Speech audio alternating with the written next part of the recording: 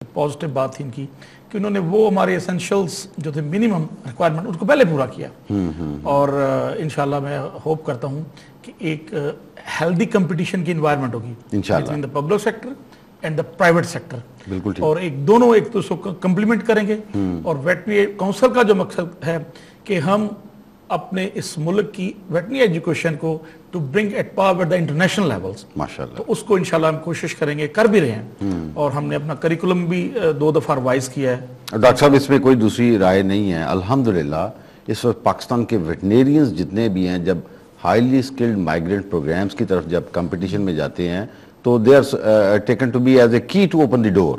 ان کی تعلیم جو ہے اٹس بن ٹیکن کہ الحمدللہ پاکستان میں ویٹنری ایجوکیشن کے حوالے سے اگر بات ہوتی ہے تو یہ اتنی زیادہ الحمدللہ انٹرنیشنل سٹینڈرڈ سے میچ کرتی ہے اور پیپل دے ڈیپینڈ آن کہ جو پاکستان کا ویٹنیرین ہے یہ ایک کمپلیٹ کمپریہنسو اور کمپیٹیٹیو لیول کے اوپر ایج رکھنے والا ویٹنیرین ہے. اسد صاحب آپ کو بڑی مبارکباد سر.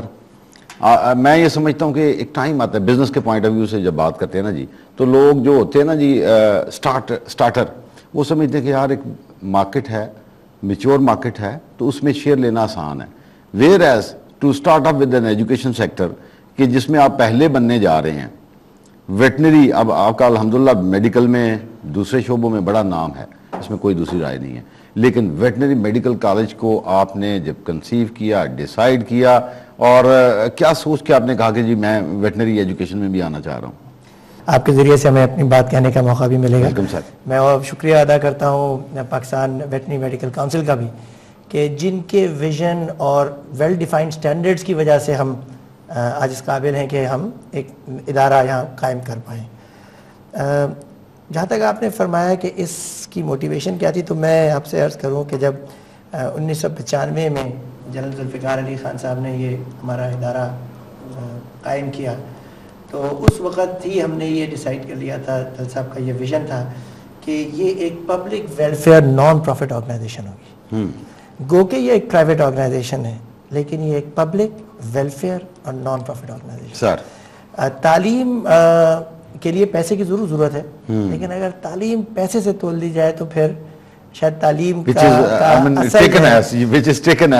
کہ جی ہم لوگ ایجوکیشن بائی کر رہے ہیں, ایجوکیشن سیل کر رہے ہیں, ایسا آپ نہیں سوچ رہے. جی بالکل. سو ہمارے سارے ادارے, سارے پروگرامات ہم نے جب بھی شروع کیے وہ شروع کیے کہ جن کی نیڈ تھی اور جن کی طرف شاید دوسرے لوگوں کی توجہ نہ گئی ہو اور اس کی وجہ سے خلا موجود ہو اور ملک و قوم کی اس کی ضرورت ہو, ہم نے ہمیشہ اس پروگرام شروع کیا.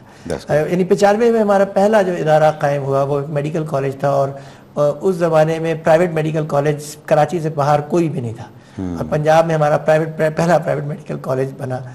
اور پھر اس کے بعد اسی طرح سے ہمارا جو ایک فارمیسی کی بھی میڈیکل ایجوکیشن میں ہم نے پہلا پرائیویٹ میڈیکل ایجوکیشن کا فارمیسی ایجوکیشن کا ادارہ کھولا جس نے ڈاکٹر آف فارمیسی کو انٹروڈیوس کرایا. فارم ڈی جو ہے, فارم ڈی کا جو انٹروڈکشن ہے جس کے لیے ایچ ای سی کے ساتھ مل کر اس کا کریکولم بنا, اس کو 5 ایئرز پہ کنورٹ کیا گیا.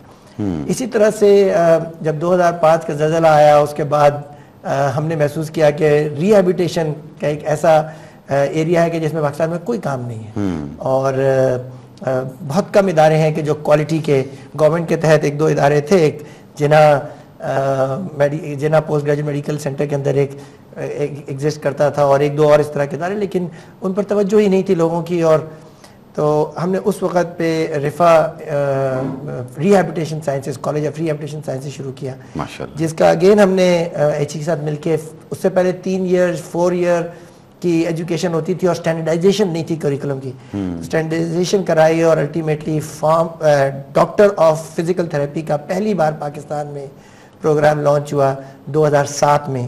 یعنی فارمیسی فارم ڈی بھی آپ نے انیشیٹو لیا جی. فزیکل تھراپی کے اوپر اگر بات کرتے ہیں تو اس ایریا میں بھی آپ کی لیڈ ہے جی اور اگر ہم ری ہیبلیٹیشن کی طرف دھیان لے کے جاتے ہیں تو وہاں پہ بھی آپ نے لیڈ کیا. جی بالکل. الحمدللہ آج اس کے بعد ایچ ای سی نے اس کو اڈاپٹ کیا ہے اور اب سارے پاکستان میں اب نیا کوئی باقاعدہ ایجوکیشن کے ڈسپلن بن گئے ہیں. نیا فارمیسی کالج اب نہیں کھل سکتا جب تک کہ وہ فارم ڈی آفر نہ کرے. اب وہ 3 ایئر یا 4 ایئر کی بی فارمیسی وہ ختم ہو چکی ہے. اسی طرح سے 3 ایئر یا 4 ایئر کی فزیکل تھراپی کی بی ایس سی اب نہیں ہو سکتی.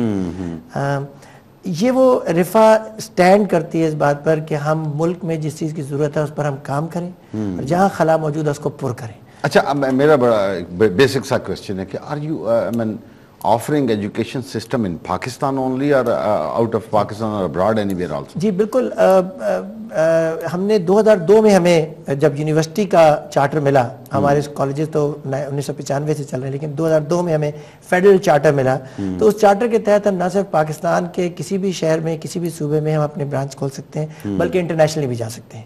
اور ابھی آپ کہیں ہیں کسی ملک میں؟ اسی چارٹر کے تحت اور گورنمنٹ کی اس سینکشن کے تحت ہم نے 2006 کے اندر ہمارا ڈینٹل کالج کھلا یو اے ای کے اندر, متحدہ عرب امارات کے اندر.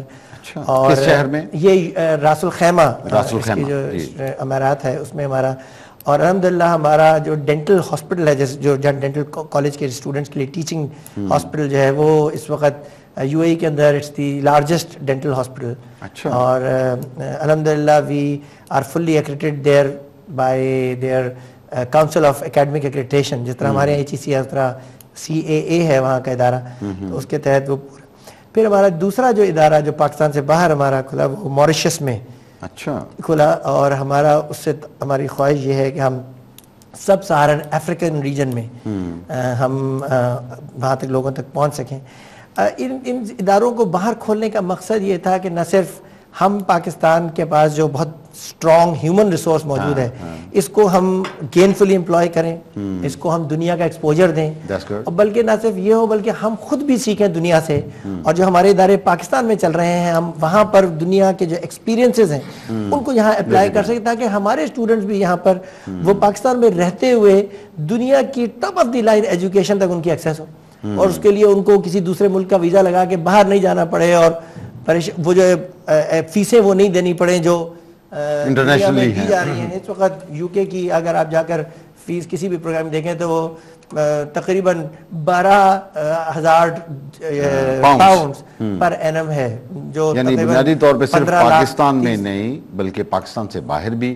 اور اس کے علاوہ نہ صرف میڈیسن کی بات کرتے ہیں تو الائیڈ میڈیسن ایکٹیویٹیز جتنے ڈسپلنز ہیں وہاں پہ بھی ہم رفا یونیورسٹی ایجوکیٹ کر رہی ہے, ٹرانسفارم کر رہی ہے, اسکالرز پیدا کر رہی ہے اور کمپیٹنٹ لوگ پیدا کر رہی ہے. اور اس کا مقصد یہ ہے نہ صرف پاکستان بلکہ ورلڈ اوور ان کی اتھارٹی کو اسٹیبلش کیا جائے اور ان کی ایکسیپٹنس بڑھائی جائے, اور پاکستان کے جو ایکسپرٹ ہیں ان کے اوپر ٹرسٹ زیادہ سے زیادہ لوگ کریں.